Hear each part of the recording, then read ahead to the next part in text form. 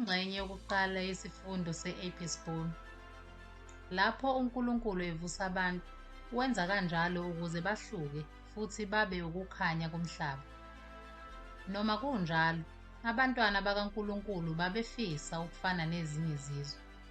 Bakopisha imikhuba yazo baze bawela nasekukhonzeni izithombe. Isifundo se-Epistle simayelana nesono sokukhonza izithombe. Sichaza ukuthi kungani abantwana bakaNkulunkulu benza leso sono. Lapho befunde khona nemiphumela yokubambelela kulo mkhuba. Sizolandela lo mkhuba kusukela ekuqaleni kuka-Israyeli wasendulo kuze kube sekugcineni, futhi senze okufanayo ngo-Israyeli wamanje. Eminyakeni engamakhulu amane, abantu bakaNkulunkulu babeyizigqila zaseGibhithe ngokwesiprofetho esanikwa u-Abrahama. Ngesikhathi behlala eGibhithe, bonakalisa ukukhonzwa kwezithombe futhi balahlekelwa ngumthetho kaNkulunkulu, ngisho neSabatha. Ekupheleni kweminyaka engamakhulu amane, uNkulunkulu wababiza ngaphansi kwesandla sikaMose ukuze balalele imithetho yakhe futhi bagcine iSabatha lakhe ayelimise e-Edeni. uNkulunkulu wenza isivumelwano no-Israyeli wasendulo.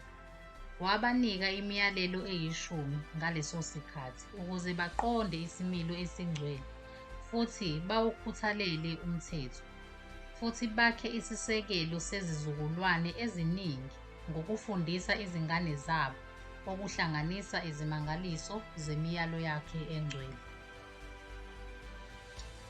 Kungekudala ngemuva kwesivumelwano, lapho uMose eseyokwamukela izibhebhe zamatshe omthetho, abakwa-Israyeli bakhathala ukulinda uMose, base becela u-Aroni ukuthi abenzele onkulunkulu ababezobahola, ngoba babengazi ukuthi kwenzekeni kuMoses.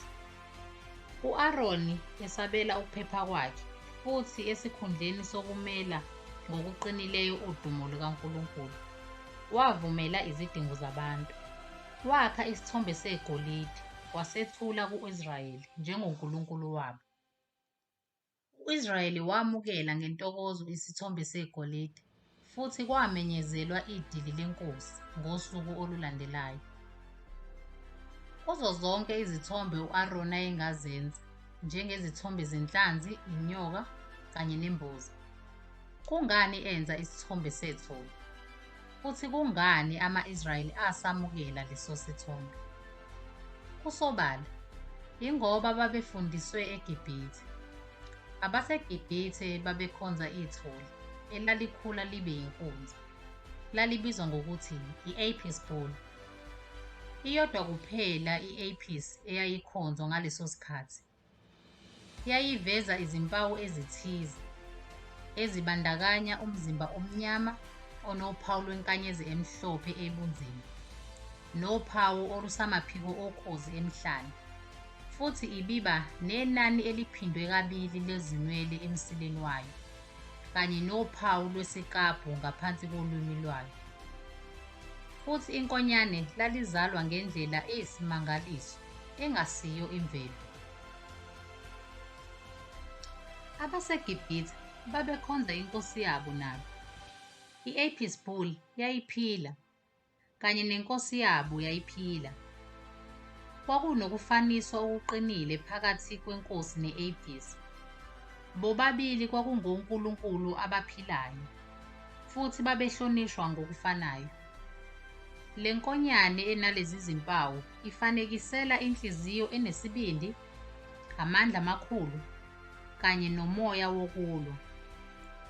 I-Apis yayibhekwa njengokubonakalisa inkosi, njengoba izinkunzi zaziwuphawu lwamandla nokuzala, okuyizimpawu ezixhunyaniswe nobukhosi. Abakwa-Israyeli bafanisa uNkulunkulu ne-Apis. Bayibona njengonkulunkulu wamandla amakhulu, onhliziyo enesibindi, umoya wokulwa nokuzala. Njengoba u-Israyeli enza i-Epistle njengonkulunkulu, kodwa eyabo kwakungelona ithole eliphilayo. kodwa kwakuyelegolide. Igolide lalimele ubungcwele. Bacabanga ukuthi ithole legolide kuzoba umfanekiso oqinisekile kaNkulunkulu. Bamemezela ukuthi bakhonza uNkulunkulu ka-Israyeli, kepha bakhonza uNkulunkulu waseGibhithe. Bathi bakhonza uJehova obakhiphile eGibhithe. Kodwa abakwenzile ukuthatha lezo zici ze-Apis bazihlanganise noJehova. Yini eyakha isithixo? Isithombe kanye nesimilo. Kukhona isimo esizungeze lo Nkulunkulu, okuyinto enokwenza nobubona.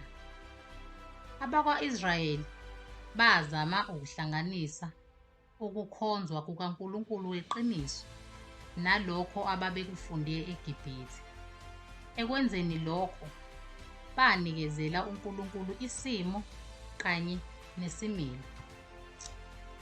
Iminyaka yadlula, ama-Israyeli awelela eKhenani. Ahlala ngaphansi kokubusa kwabahluleli, kwalandela namakhosi kamuva.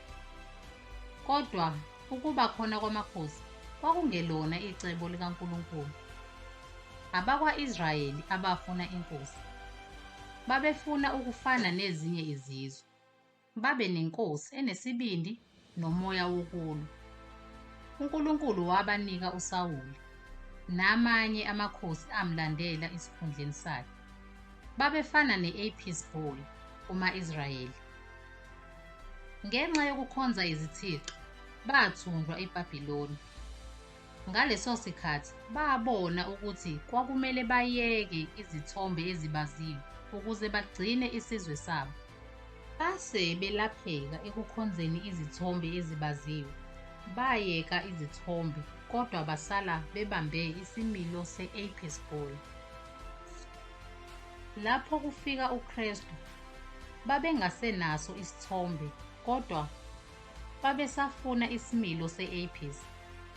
Isimilo ababesifuna sasifana nokukhonza izithombe. Babezakhele umfanekiso kaNkulunkulu ngokwezithixo. Ngalokho bahluleka ukubona uKristu. Ukufika kukaKristu njengendodana yosizi kuphikisana nokucabanga kwabo ngoNkulunkulu noma inkosi. Babelindele inkosi eyiqhawe nenebutho elibonakalayo elinqobayo, kanye nombukiso wangaphandle, lowo owayezobakhulula ekugcinazelweni amaRoma. Esikhundleni sokuqhathanisa imibhalo ukuze baqonde iqiniso, babambelela kulokho abaphristi nabaFarisi ababekufundisa. Abaholi bamaJuda, abaFarisi kanye namaphristi babekholelwa kwiTestamente Elidala. Babeziqhenya ngokhokho babo, begcina iSabatha ngokuqinile kanye neminye imithetho. Babebambelele ngokuqinile ekuziphatheni, futhi bekholelwa ekutheni bakhethekile. Kodwa indlela yabo yokubona kwakuyileyo yokukhonza izithombe. Behluleka ukubona uKristu. uKristu wazama ukubakhipha abantu ekukhonzeni izithixo, ngokubafundisa ngemifanekiso isimo sombuso wakhe, ethatha izindaba ezingokoqobo ukuveza lokho okuyimfanekiso. Akazange ahlanganise le mifanekiso etholakala ezincwadini zikaMoses nakwezinye izincwadi eziphefumulelwe, kepha kwakuwugqozi. Imifanekiso kwakuyiyona kuphela indlela eyayingakhipha abantwana bakaNkulunkulu ekukhonzeni izithixo. Noma kunjalo, amaJuda amunqaba uKristu nezimfundiso zakhe. Akhetha ukubambelela kwisimilo sabo abasithandayo se-Apis.